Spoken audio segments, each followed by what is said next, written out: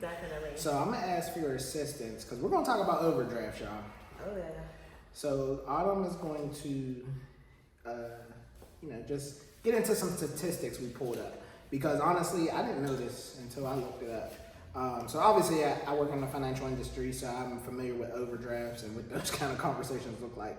But here's some things that I wanted to bring to people's attention because, especially our people in the Black community, because let's quit fooling ourselves. I'm pretty sure everybody's had at least one overdraft fee, or you're habitual.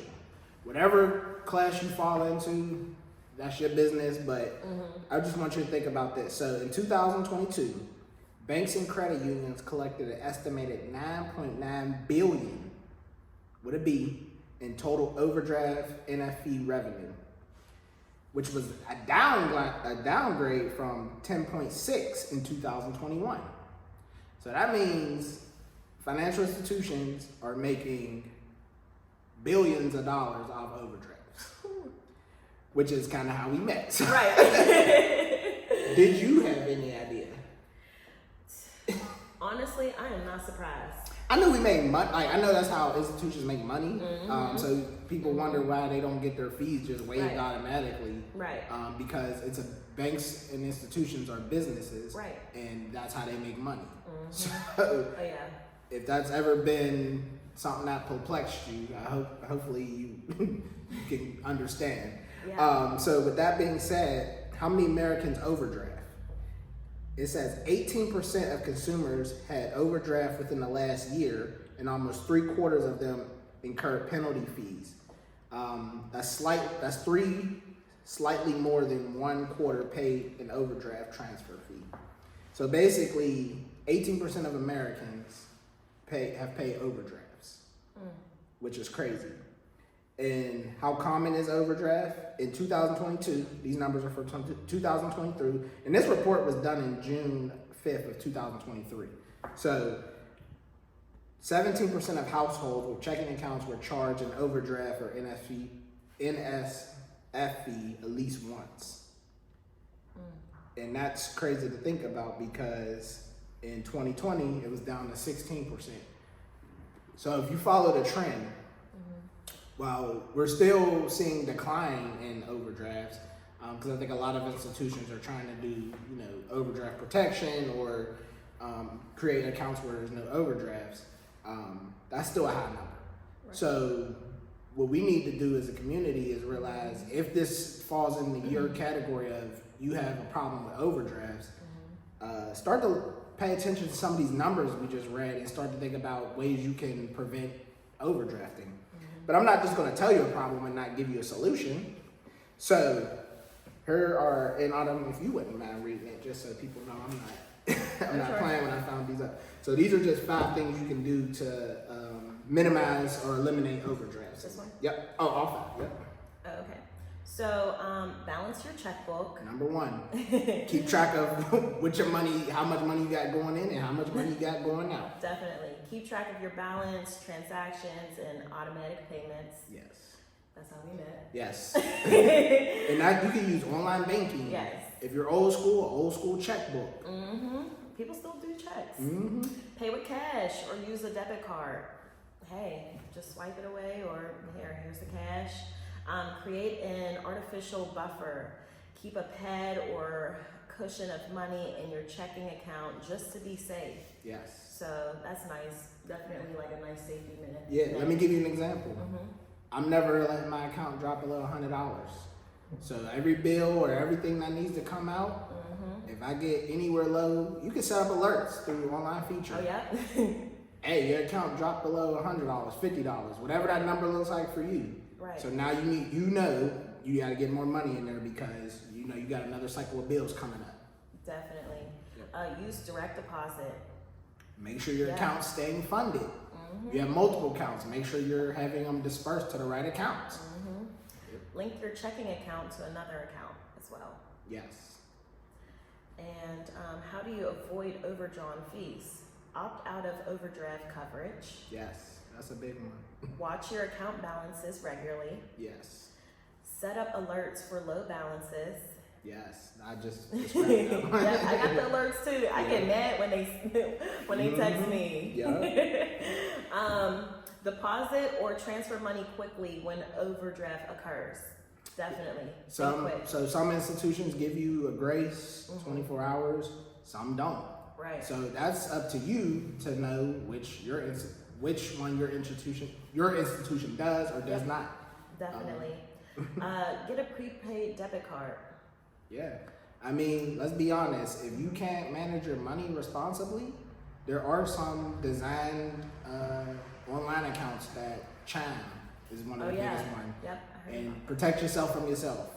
Until you're able to develop good spending habits, maybe you need to be a Chime customer. Right. You know, no offense to people who are Chime, but you need to be able to protect yourself from yourself, and only you know you. So why does someone have to, recommend that to you? Just, you know what? I keep getting these fees. This ain't working out. Let me try to do something different. Definitely. And the last one, look for a bank with a generous overdraft policy. Yes. Yes. And I love that one because there are generous. So I'm generous. Yeah. So I'm not gonna lay down a list of the generous institutions that I researched. If you are interested, you can drop a comment in the chat or reach out to me on my social media platforms, Financial Literacy with TC, Financial Literacy with TC on Facebook, Instagram, Spotify, you name it. And I'll be able to share those with you. Or you can do your own research. So, but a couple things I would want to say is when you're doing your research on institutions, and this goes back to what I always say when it comes to the financial institution you choose to be with, having a genuine relationship with that person who you're dealing with, who's opening your accounts, makes a world of difference about your understanding, especially in the Black community. And I've seen this firsthand, and I know it to be true because I've done workshops where I ask, how many of you have ever opened an account and looked at your disclosures that are given to you? And almost all the people say, oh, I glanced at it, or I've never, or it went they threw it away, or it went somewhere in their house and they've never seen it again. By you not reading that information, you are being complete ignorant to how and what financial institutions allow you to do with your account. You don't know all the features, you don't know everything because there's too much information for that person to give you right then and there, especially when you talking about you only got 30 minutes or you have an hour or, so you're not sitting there reading all it's like if you buy a house, you sit there that entire time to go over documentation because that's the biggest purchase you're about to make in your entire life. Right. But when it comes to your personal account and your money, you got time limits, you got restrictions on how long you'll pay attention to the information that's being provided to you. So knowing that that's the case, they just give you a packet and it's up to you to go home and read it or reference it at a later date, which we know you don't.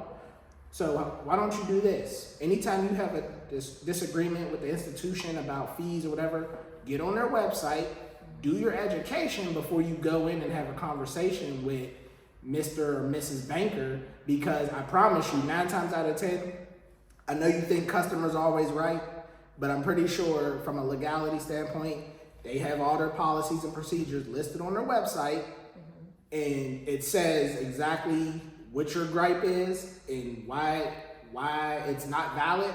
But because you know that I didn't read it, or I don't know, or y'all didn't tell me, you be all day and night if they actually went over everything that you can and cannot do from a standpoint of your deposit agreement. So why don't you do your research, do your due diligence prior to going into any financial institution talking about getting my fees back or do this, do that. If you educate yourself prior to going into that institution, you'll probably have a better outcome and a better education before you go in and just, trying to go viral or popping off on the handle of something that you're in the wrong for, but you just don't know you're in the wrong. Right. And I don't even remember when you came in. I think you're probably so pleasant because I usually remember moments where somebody's like crazy. Yeah, you don't forget that. But no, because the biggest thing that we take in consideration as someone who's had to make decisions about, waiving fees for people and stuff like that is, is this a pattern for you? Are you incapable of, managing your money? One, did we allow whatever transaction went through? Did we allow that to go? Did we pay that?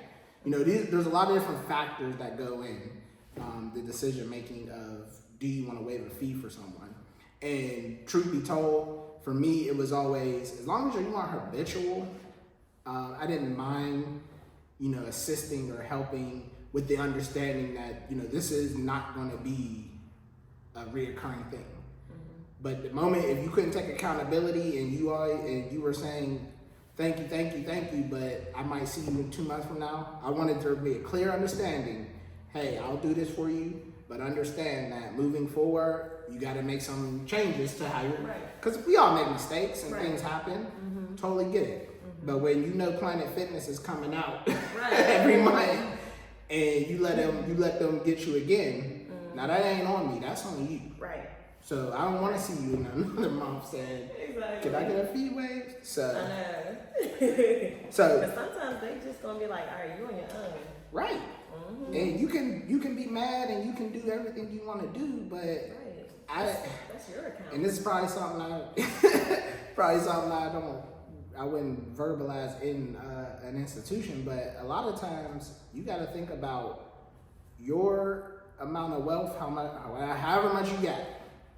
Is it more than what that institution actually has? Because I assure you, there's only a certain amount that moves the needle to make them be like, oh yeah, you know what? We'll take that fee away from you, or you know what I mean. There's a relationship that's involved, and if you don't have a significant number that's going to move the needle, you're basically making empty threats, to be honest. So if that's you and you fall into this category, just try to keep that in mind that, you threatening to go to another, like we live in the land of opportunity and freedom, and you can make the right choice to go to whatever institution you want to. I always tell people I got multiple institutions I deal with, but I'm always careful that, when I talk about, oh, I'm going here, I'm going there, you always have that right and option, but that doesn't change the fact of what the situation is. So, just keep that in mind.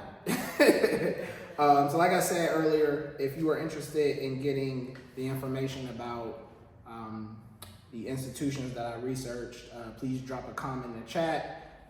Follow me on all my social media platforms. I'll be happy to share this information with you. Or I'm imploring you to do your own research. That's really what I would prefer people to do anyway before they go into any financial institution, is to get your education up. That's the reason why this whole podcast even exists, to help us get out of the mindset of just going off ignorance and imploring us to actually use our brains to start researching, asking questions, and doing our due diligence. So with that being said, Autumn,